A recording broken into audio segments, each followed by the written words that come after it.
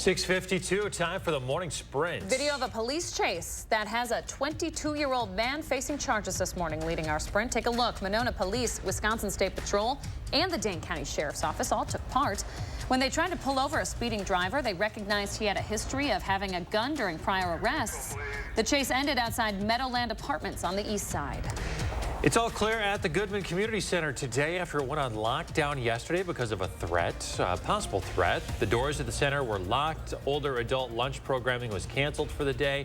Madison police say Dane County Sheriff's deputies were involved in the chase that ended at Meadowlands Apartments, but did not say whether the chase was connected to the lockdown. Republicans are moving forward with their attempt to oust the state's top elections official, Megan Wolf.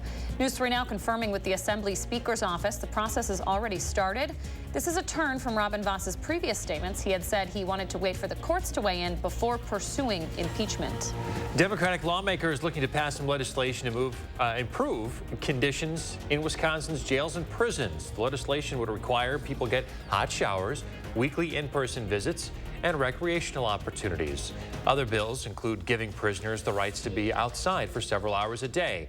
Right now, the state's overcrowded prison system is dealing with a lack of staffing. One of the 5 former Memphis police officers accused in the January killing of Tyree Nichols is pleading guilty.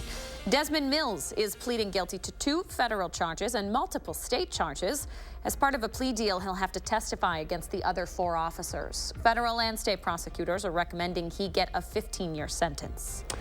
New federal data shows Wisconsin's infant mortality rate increased by 8% between 21 and 2022. The data comes from the CDC. It found the overall rate in the country rose 3% from 21 to 22.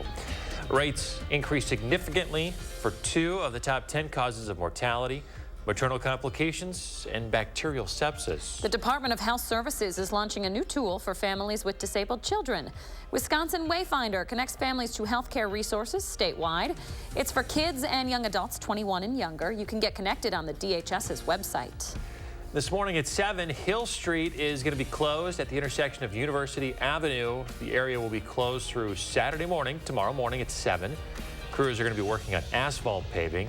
If you need a way around it, they want you to take Harvey Street instead. And West Wilson Street at South Broom will reopen Saturday afternoon. This comes after months of construction at this opening into the downtown. The city says contractors will pave asphalt in the area Friday and Saturday. And once that's done, an inbound lane on Broom Street will open through John Nolan through that work zone.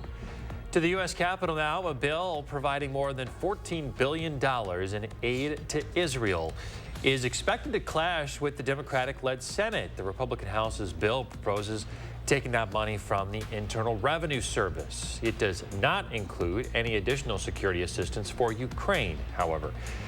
This is coming as government funding is set to expire November 17th, threatening a potential shutdown. Secretary of State Antony Blinken is in Israel this morning. The White House says he will push for a pause in the fighting between Israel and Hamas.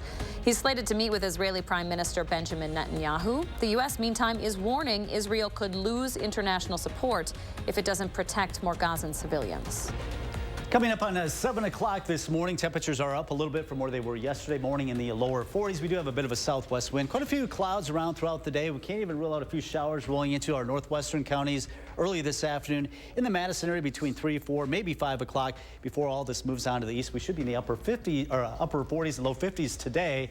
Looking at temperatures this morning in the 40s, rising into the lower 50s with just that possibility of a shower this afternoon.